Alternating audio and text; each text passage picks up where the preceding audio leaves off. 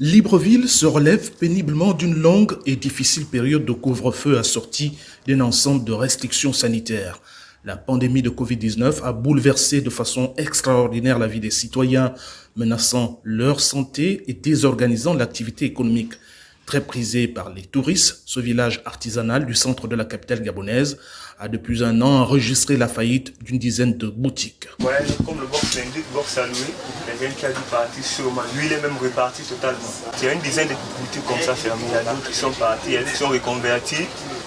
Des activités pas florissantes, mais bon, ils n'avaient pas le choix.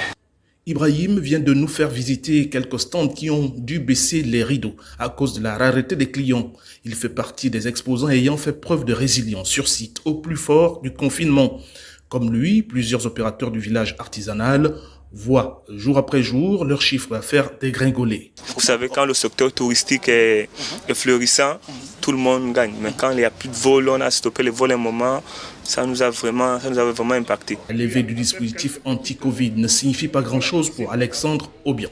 Couturier, parmi les plus sollicités lors des cérémonies de mariage ou d'anniversaire, il a connu une traversée du désert pendant l'état d'urgence sanitaire. Les activités, mariages et autres, on a réduit cela à une très petite expression.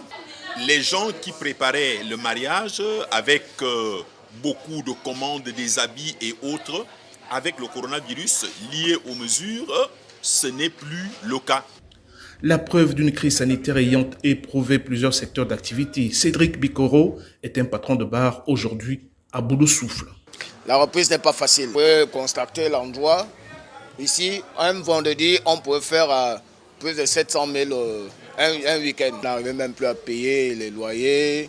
On avait des serveuses, un peu le bas comme le haut. On avait beaucoup, on peut dire 8 à 10 serveuses. Donc même les gérantes, on était obligé de renvoyer tout le monde. La suppression des contraintes sanitaires est certes saluée dans l'ensemble, mais les mesures adoptées par le Gabon au début de la pandémie ont davantage fragilisé son économie et provoqué la perte de plus de 12 000 emplois dans divers domaines, dont celui du pétrole, qui représente plus de 80% des recettes publiques de l'État. Ismaël Obianzé pour VOA Afrique, Libreville.